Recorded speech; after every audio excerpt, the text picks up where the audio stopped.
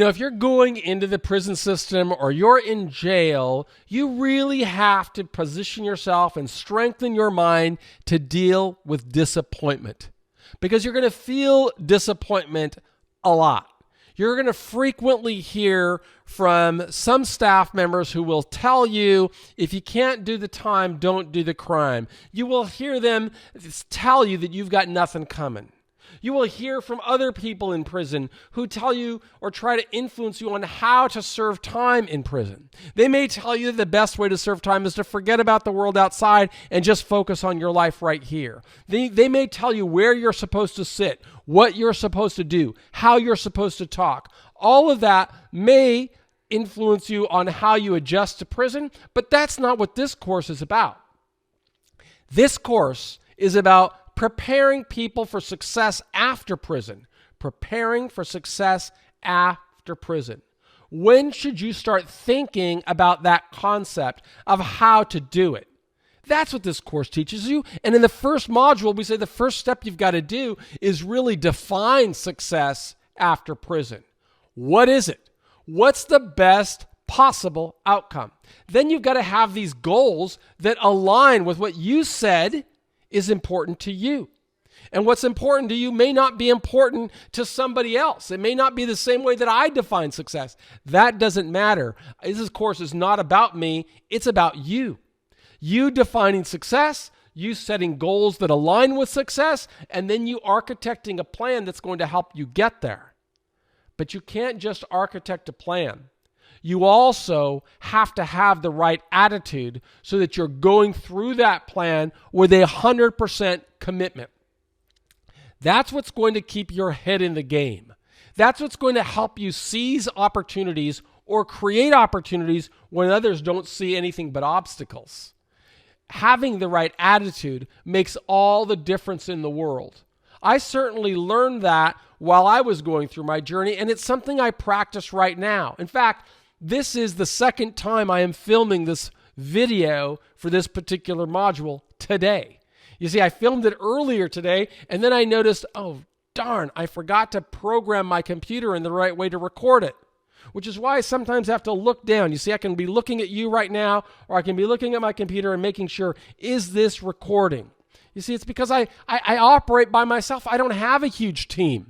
It's just me. It's this computer over there that you can see me looking at you right now. It's these computers working right here. It's this computer in front of me. I've got this phone tracking. Let's see if I can go back to it. I've got this phone tracking my timing. So I'm looking at the time. I've got up on my screen up there, I've got another monitor that you see up there.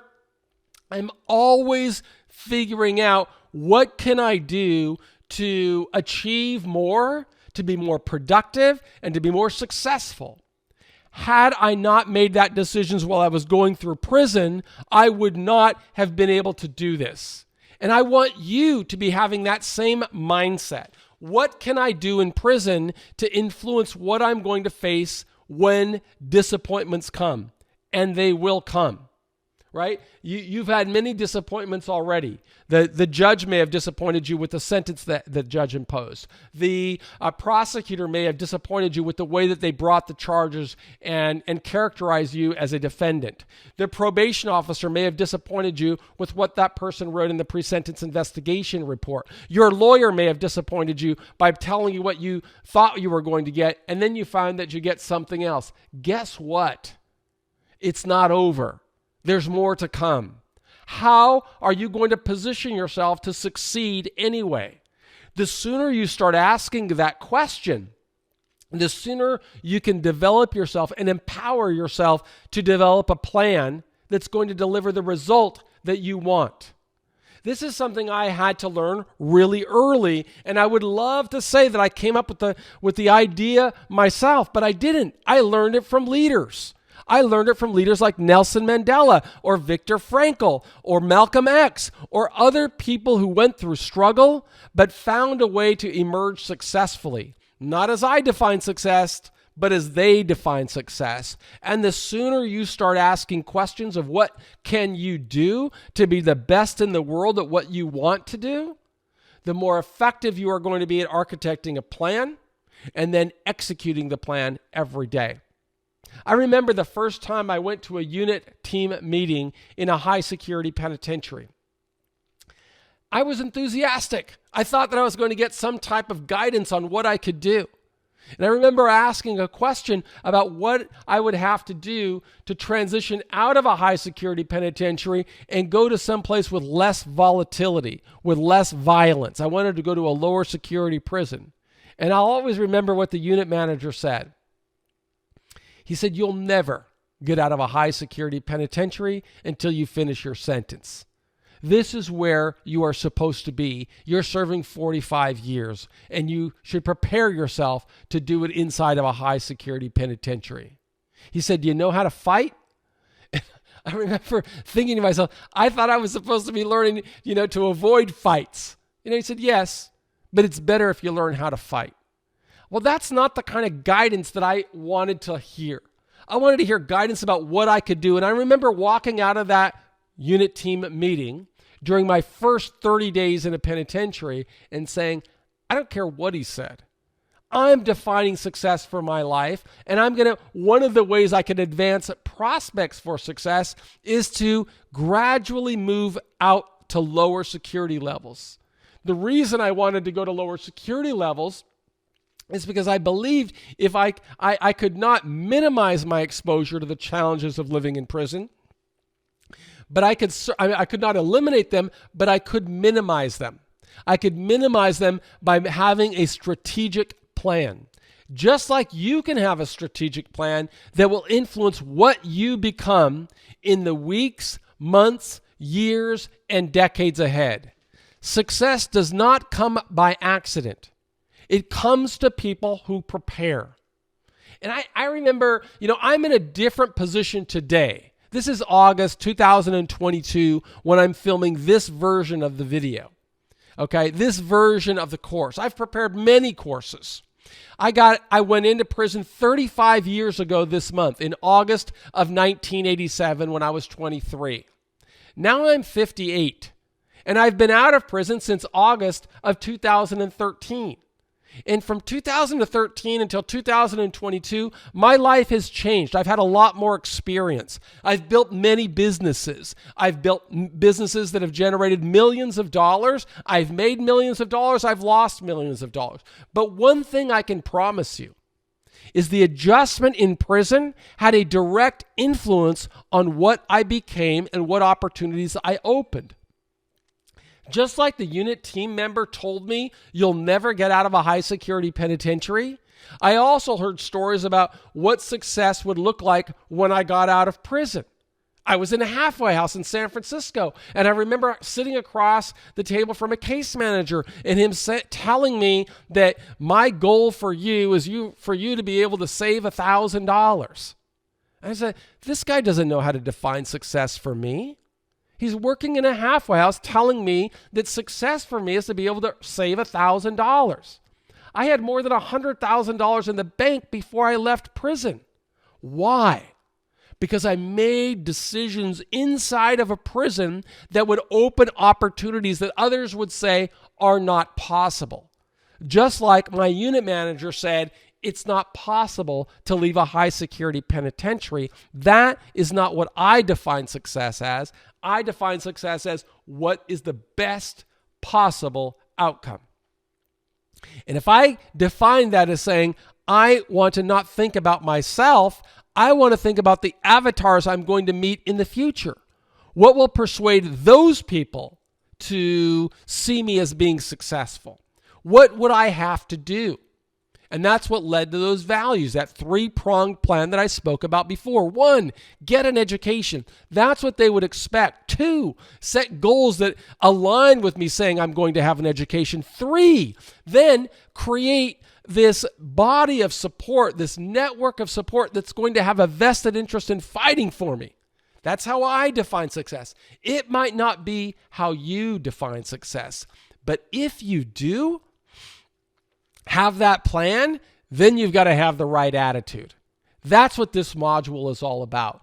Do you have 100% commitment to success? And I go into prisons. At least I did before the COVID pandemic era. I used to go into prison and give presentations and speeches.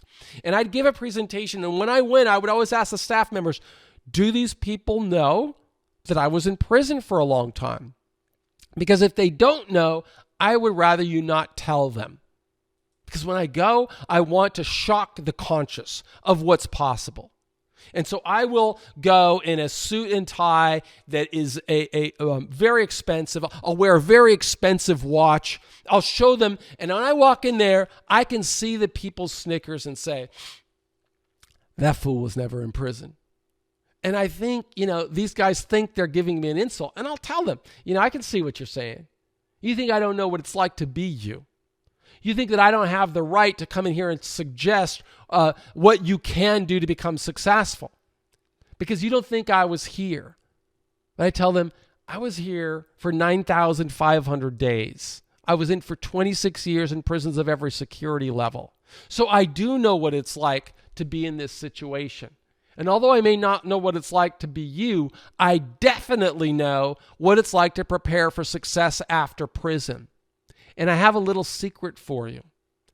That was the plan.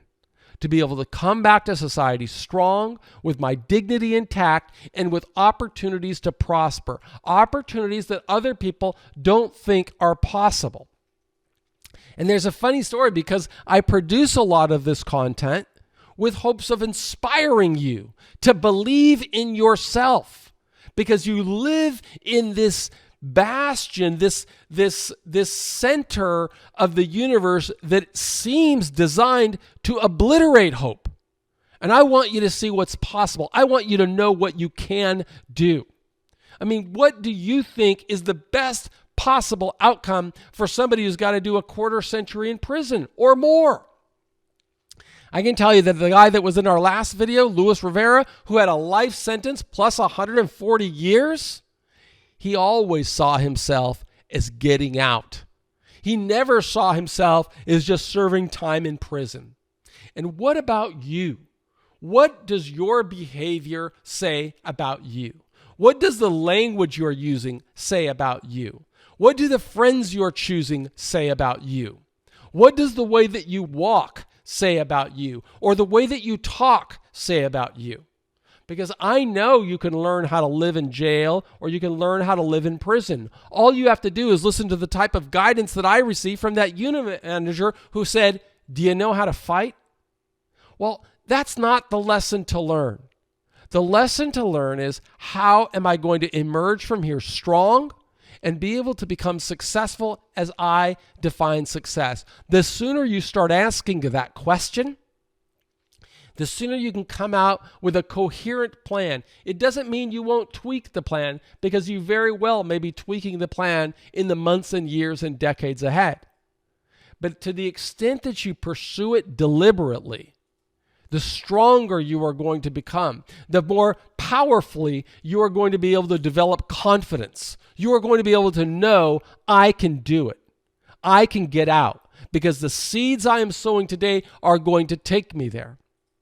And that leads me to this analogy I used. I kind of stole from another speaker that I saw that inspired me. He asked a question to the members of his audience, and he said, when is the best time to plant an oak tree?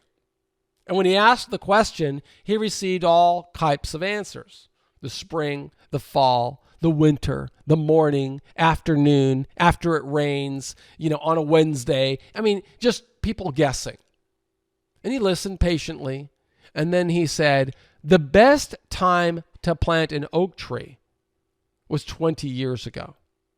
But the second best time is today.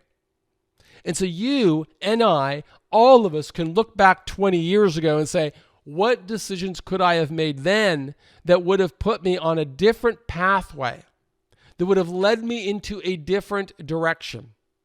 If I knew 20 years ago what I know now, what would I have done differently? Start asking that question. That's what introspection is all about.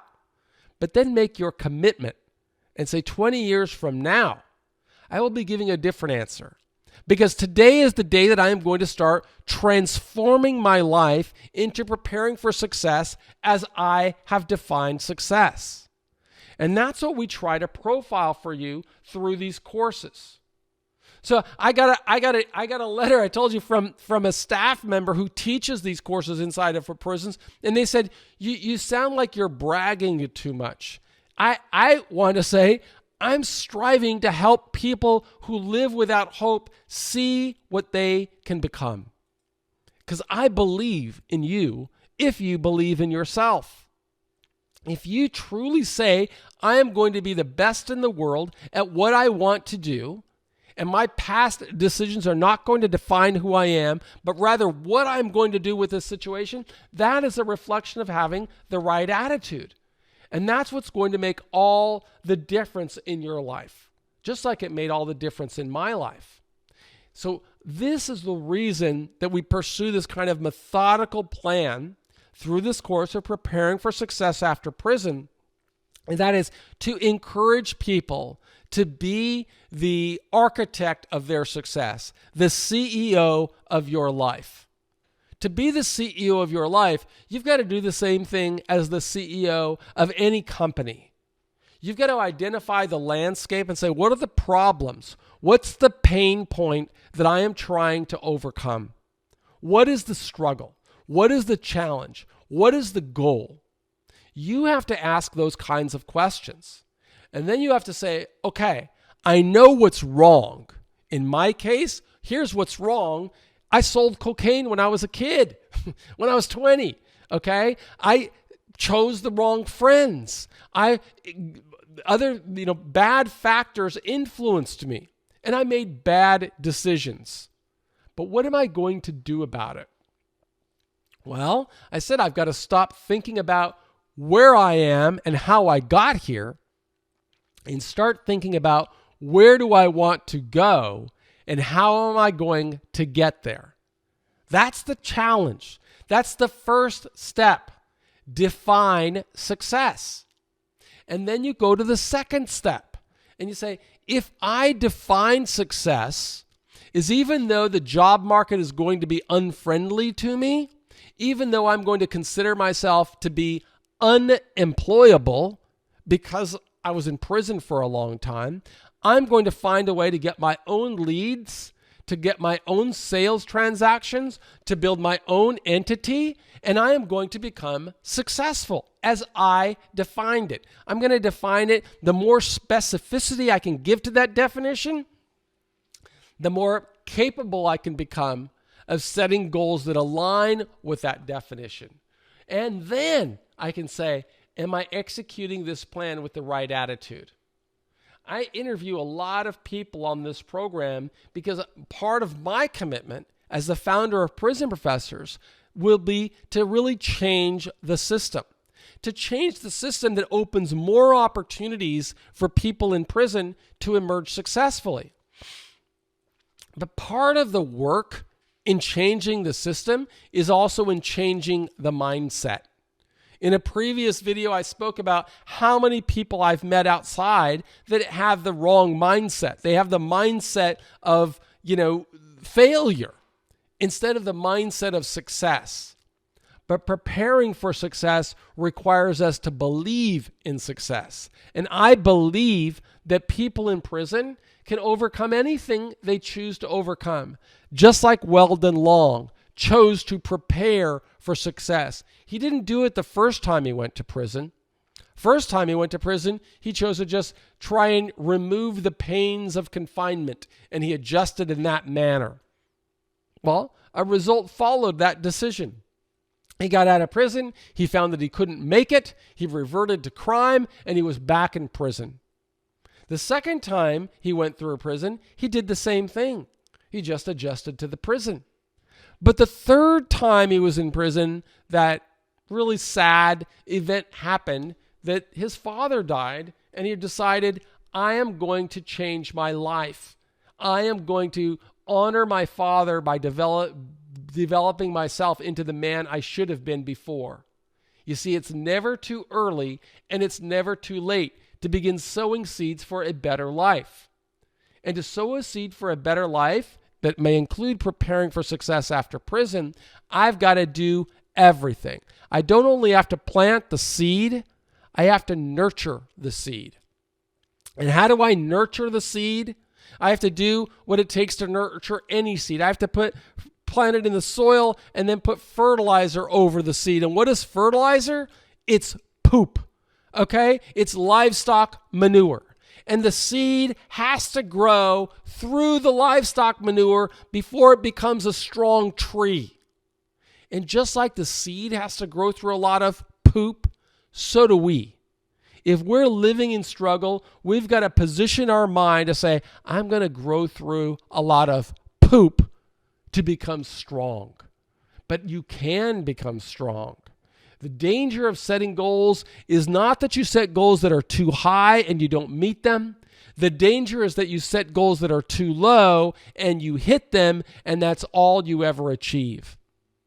When I had to listen to a case manager tell me, my goal for you is to save $1,000, I knew this is not the coach that I need. I need coaches who can tell me what's the best possible outcome, not the minimum. So what is it for you? And I can assure you that the goals you set today, if you set them well and you execute on those goals well, you are going to be in a better position to either seize new opportunities in the future. Seize, right? My English might not be so clear, but to seize opportunities or to create opportunities. Because a lot of times you have to create opportunities out of nothing. In the next video, I will reveal a little bit about how I sowed seeds to get out of a high security penitentiary and move to lower security prisons. And as you will read in this book here, Earning Freedom, Conquering a 45-Year Sentence, nothing came easily. I had to face a lot of challenges and a lot of problems all the time, just like you do. But the difference is that if I can empower my mind to say there are going to be struggles, then I can position myself for something better. And you can do the same. You've got to see yourself not for where you are today, but what you aspire to become. And that's a word that you will hear in the next module a lot. But you've heard it not only from me, you've heard it from Weldon Long, the importance of having the right attitude. You heard it from Malik Wade, the importance of having the right attitude. Even while he was going through struggle, he knew he wanted to commit to helping disadvantaged youth, at-risk youth. You heard it from Luis Rivera, who was serving life plus 140 years. Neither of those men allowed themselves to give up hope. They had to create hope even though they were living in environments that obliterated hope. The pathway is yours to carve. You could either choose to live in prison and take everything that comes with it, or you could spend every day working to prepare for success after prison. And if you architect your plan effectively, you are going to see that every year your life changes. You start to build an extraordinary and compelling adjustment strategy that you can later leverage to open higher levels of liberty at a sooner possible time. And you can transform your life. And by transforming your life, you could also transform your family's life, and you could transform your community's life, and you could join me in working to transform the mindset of society about what is the best possible outcome for people who have gone through prison. So I never ask anybody to do anything that I didn't do. I would never ask anybody to say anything that I didn't say while I was in prison and that I am not still saying today. I believe that people in prison can achieve any level of success they choose, but they have to sow the right seeds. They have to nurture those seeds, and they have to move forward with the right attitude. Not as I define it, but as you define it. You can define that by in every area of your life.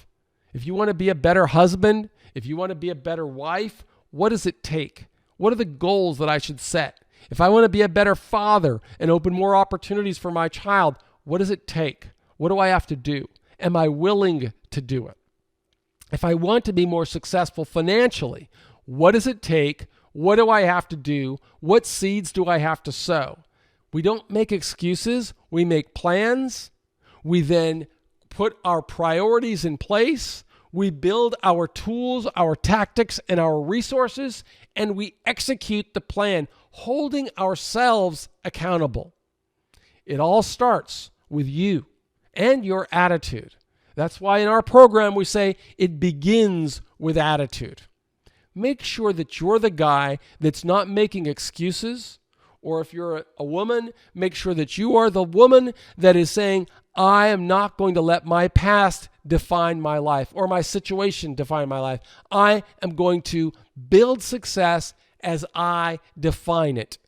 And I will create my plan, I will set my goals, and I will pursue them with a commitment to excellence like no other.